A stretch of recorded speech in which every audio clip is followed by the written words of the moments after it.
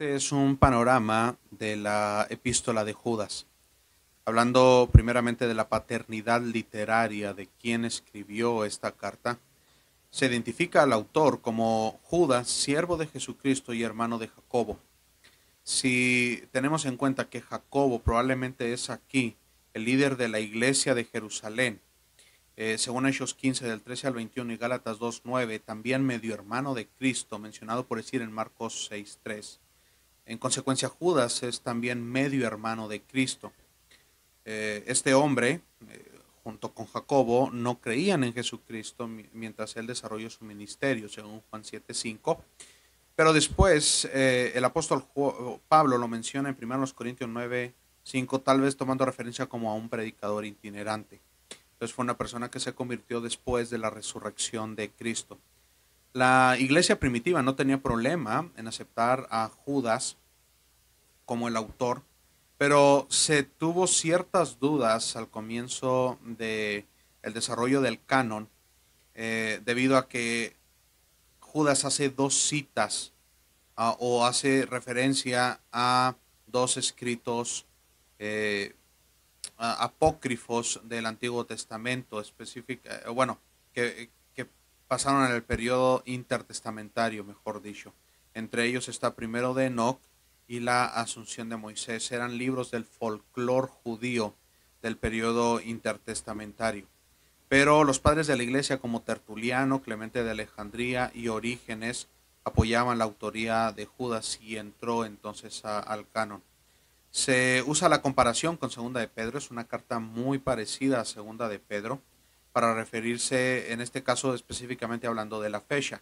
Su paralelismo es inigualable. Pedro espera la venida de los falsos maestros, según Segunda de Pedro 2:1 y 3:3, y Judas lidia ya con los falsos maestros, según Judas 4, del 4 al 12 y del 17 al 18.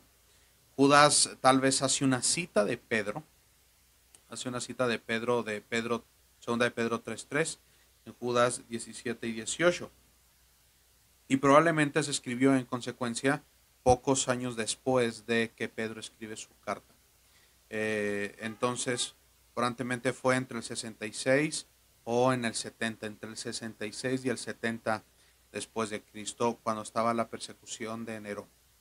Ahora, la relación con Segunda de Pedro, si pudiéramos mencionar un poco de esto, Judas podría haber usado Segunda de Pedro para afirmar su carta, tal vez, porque el propósito de Judas se encuentra en el versículo 3. Amados, por la gran solicitud que tenía de escribiros acerca de nuestra común salvación, Judas se había sido motivado para escribir sobre la común salvación, pero me ha sido necesario escribiros exhortándoos que contendáis ardientemente por la fe que ha sido una vez dada a los santos. Debido al surgimiento de estos falsos maestros que Segunda de Pedro advierte, Judas entonces escribe su carta. Entonces hay aquí la referencia o la relación con Segunda de Pedro.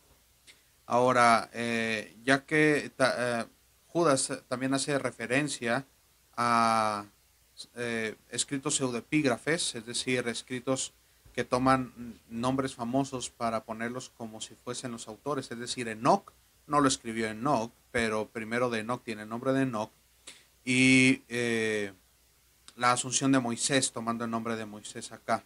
Es una cita que se encuentra en el versículo 14 y 15, lo leemos de manera rápida.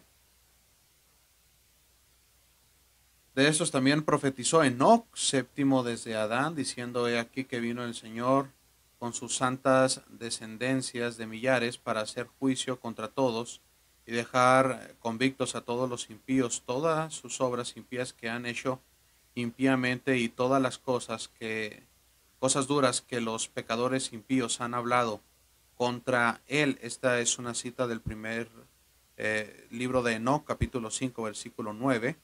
Y en el verso 9 hace una cita de un libro llamado La Asunción de Moisés. Pero cuando el arcángel Miguel contenía contra el diablo, disputando con él por el cuerpo de Moisés, no se atrevió a proferir juicio de maldición contra él, sino que dijo: el Señor te reprenda. Ahora, solamente para aclarar respecto a esto, él usó literatura extracanónica como Cuando nosotros usamos algún libro, tal vez de historia, para referirnos a tal vez alguna ilustración o algo así, Judas utilizó estos libros para ayudarse con su exposición, sin sugerir que ocurrieron de la manera como se describe en ese libro, sino como una manera ilustrativa. Entonces, este es un panorama de la epístola de Judas.